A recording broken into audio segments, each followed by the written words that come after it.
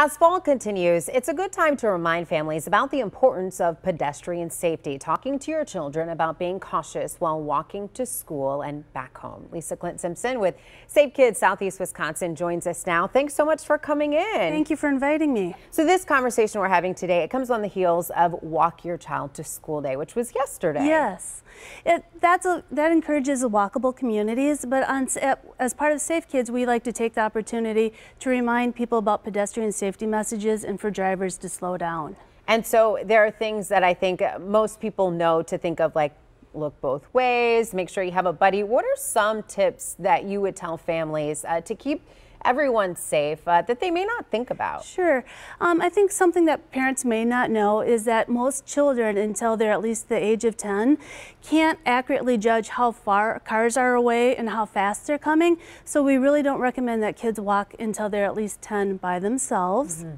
And there's a couple things that we want to remind parents to talk about their kids with, is that cars, they don't just move forward, they turn, they back up. So especially around alleys, driveways, parking lots, teach those kids, encourage those kids to always be aware. And along with that is never dart out in the street or cross in between parked cars.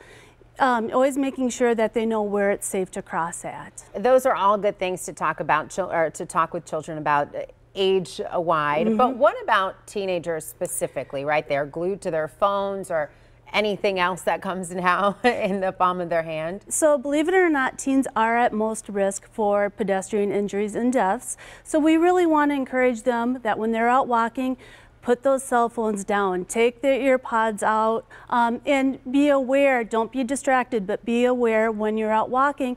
And if they have to use their cell phone, stop, find a safe place, and use that cell phone at that point so you're not walking into things or into streets by accident. What can parents take away from this conversation? Because these are tips for children. What do parents or even drivers need to be on the lookout for? We need to remember that we need to be role models, that when we're out walking, we do the same things that we teach our children. And when we're out driving, we need to slow down. We need to be aware that people have the right of the road just as much as us as drivers, and to use caution and proceed with care. Well, thank you so much for coming in, Lisa. We have all of these tips on our website.